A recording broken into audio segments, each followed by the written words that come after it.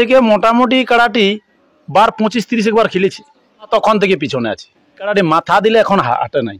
যদি শত্রুঘ্ন বাবু 10-5 মিনিটের মধ্যে পড়ুন দিল কাড়ার ব্যাপার, তাইলে 10-5 মিনিটের মধ্যে সাকসেস করে দিতে পারে শত্রুঘ্ন বাবু। আর যদি 10-5 মিনিটের মধ্যে না পড়াতে পারে, তাইলে আধা ঘন্টা একদম মানে ঘড়ি দেখে লড়াই হবে।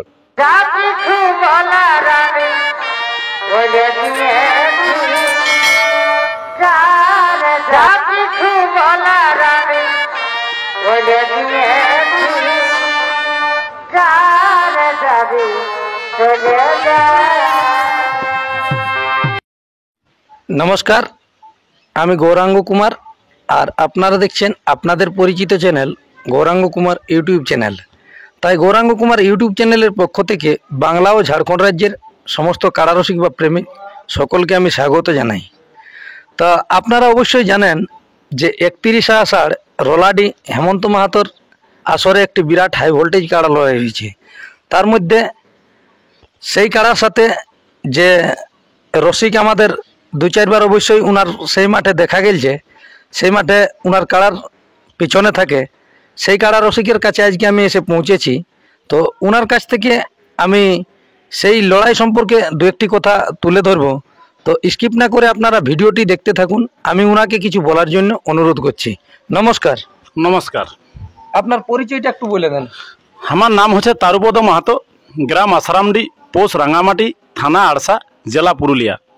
তো 31 আষাঢ় তো বিরাট হাই ভোল্টেজ কাড়া লড়াই হতে চলেছে। তো হেমন্ত মাহাতো অপর দিকে রয়েছেন সোনাডুঙ্গরি শত্রুঘ্ন বাবু। আচ্ছা, আপনি ধরুন হেমন্ত মাহাতোর আসরে প্রায় দেখা গেছে যে আপনি রসিক হিসাবে থাকেন। হ্যাঁ। তো এবারে কি বলতে চাইছেন আমাদের দর্শক বন্ধুদের উদ্দেশ্যে, এবার আপনি থাকবেন কি নাই? না, আমি অবশ্যই থাকি, যাই হোক থাকবো। তো ব্যাপারটা হচ্ছে লড়াইটা আমাদের যদি কাড়াটা হেমন্ত বাবুর কাড়া, হেমন্ত বাবুর কাড়ায় যদি মাথা দেই, তাইলে পাবলিককে একদম সন্তুষ্ট লড়াই দেখাবো, এটা একদম মানে গ্যারান্টি। আর যদি মাথা না দেই, ওর তো সেই কোনো কাড়াটা মানে একটু স্বভাবটাও খারাপ আছে, কোনো সময় মাথা না দিয়ে বদদাইলা পালাই, বদদাইলা যেন যাচ্ছেন যাচ্ছেই। না না, সেটা তো গ্রামের আসরে তো পালাই নাই একবার। গ্রামের আসরে হয়তো এখন পালাই নাই, তবে মানে 1-2 বার দেখা গেছে গ্রামের আসরেও ফরিকে নিয়েই মাথাটা দেই, ফরিকে নিয়ে মাথাটা দেই। এই একটা ওর কাড়াটার স্বভাবটাই ওই রকম ধরনের ওঠে। আর কতটুকু আছে, সুশান্ত সরেনের কাড়াইও তো ভালোই মাছ দিয়েছে। আর মোটামুটি আনায়ের লক্ষণ বাবুর কাড়াই তো মোটামুটি 15-16 কিলোমিটার রোগ দিয়েছিল, একটা বাঁধে ঢুকে জানিয়ে দিয়েছিল। তো সুশান্ত সরণ বাবুর সঙ্গে যখন হয়েছিল লড়াইটা, তখন হেমন্ত বাবুর কাড়া তো জয়ী হয়েছে। হ্যাঁ, তখন জয়ী হয়েছে। তো তখন আপনি ছিলেন না? হ্যাঁ, তখনও ছিলাম। তখনের লড়াইয়ের থেকে এখন আপনার কাড়াটির উপর কিরকম ভরসা আছে? কাড়াটির উপর আমার একটা ভরসা আছে, মানে কাড়াটির তো জন্মস্থান এই গ্রামেই।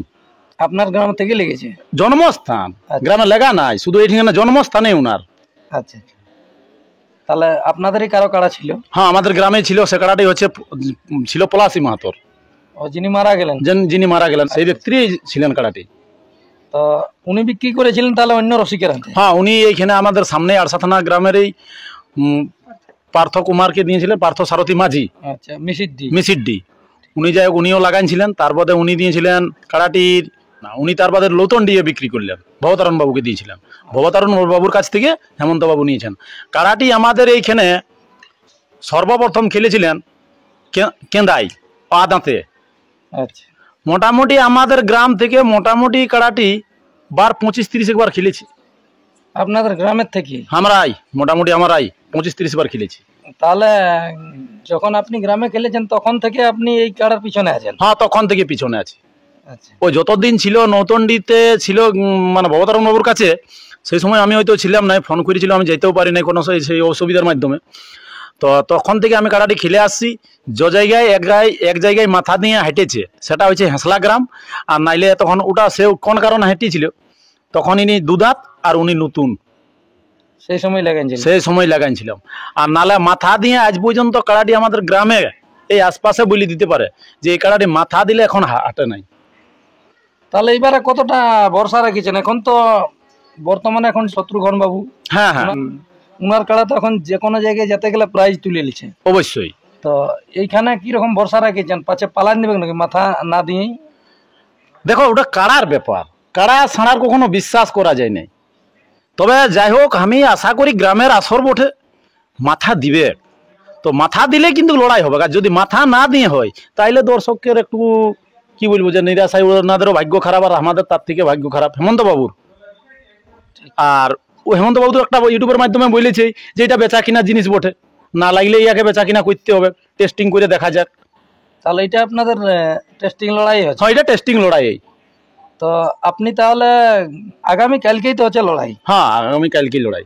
তো আপনি তাহলে আজকে যাবেন না কালকে যাবেন? আজকে আশা করি আমি আজকে সন্ধ্যা 7টার মধ্যে পৌঁছে যাওয়ার কথাই কি আশা করছি, নাহলে সকাল 6টায় আমি পৌঁছে যাব।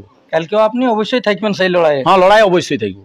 আচ্ছা, উনার প্রাইস কিরকম বলা আছে আপনাকে, কোনো বলেছে হেমন্ত বাবু? না, হেমন্ত বাবু আমাকে বলেছে শত্রুঘ্ন বাবু এই কাড়াটা খুঁটায় বাঁধলেই 25,000 টাকা পাবে, আর ভাগালে 51,000 টাকা দেওয়া হবে। সেটা প্রাইজ বলে নাই, এটা একটা টেস্টিং লড়াই হলে তো শত্রুঘ্ন বাবুর যারা লোক আসবে, গাড়ি ঘোড়ায় আসবে, তাদের তো একটা খরচ আছে, খরচ হিসাবে 25,000 টাকা। আর যখন একদমই পরাজয় হয়ে যাবে তাহলে 51,000 টাকা, তখন তো একটা ফুর্তি হয় সবারই। এই জন্য একটা তখন যখন জয় হবে শত্রুঘ্ন বাবু, তখন তো আর একটা ফুর্তি আছে, তখন তো আর আরো বেশি খরচ আছে, তার জন্য তখন 51 করে দেওয়া যাবে এই টেস্টিংটার মধ্যেই, এই টেস্টিং লড়াইটার মধ্যেই। উনি খুঁটার মূল্য বাঁধলে মানে 25,000 টাকা গুনে দেবে? 25,000 টাকা গুনে দেওয়া যাবে। আচ্ছা, তাহলে আমাদের দর্শক বন্ধুদের উদ্দেশ্যে কি বলতে চাইছেন? আমি থেকে লড়াই হবে আর কটার সময় যাবে? দর্শক বন্ধুকে আমি বলবো যে মোটামুটি সকাল সকালেই চেষ্টা করবে। আর মোটামুটি দেখো, অনেক দূর থেকে তো লোকজন আসবে, দর্শক আসবে, তাদেরকেও তো গাড়ি ঘোড়ায় আসতে গেলেও 2-2.5 ঘন্টা সময় আছে।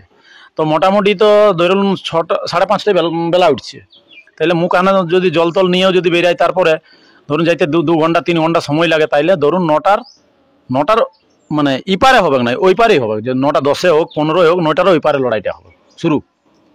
আচ্ছা, মানে 9টার নিচে হবে না, 9টার উপর দিকে? 9টারও উপর দিকেই হবে। যাতে গেলে যতগুলা যাবে, এখন দেখুন টেস্টিং লড়াই মানে একটা কাড়া লড়াই, একটা কাড়া লড়াই। তাহলে যাতে গেলে ভরসা রাখিছেন যদি সেই কাড়াই মাথা দেয়, তাহলে অবশ্যই কিছুক্ষণও লড়বে।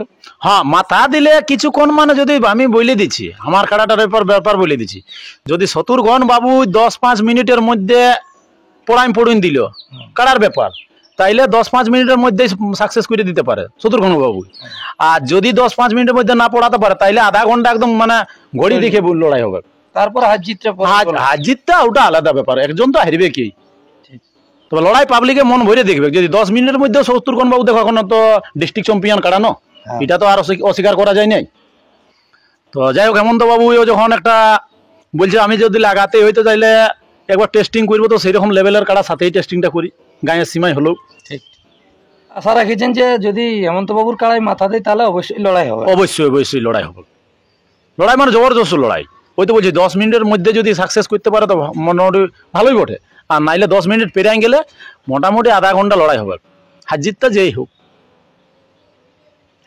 তাহলে আপনিও অবশ্যই কালকে থাকবেন? হ্যাঁ, আমি থাকবো।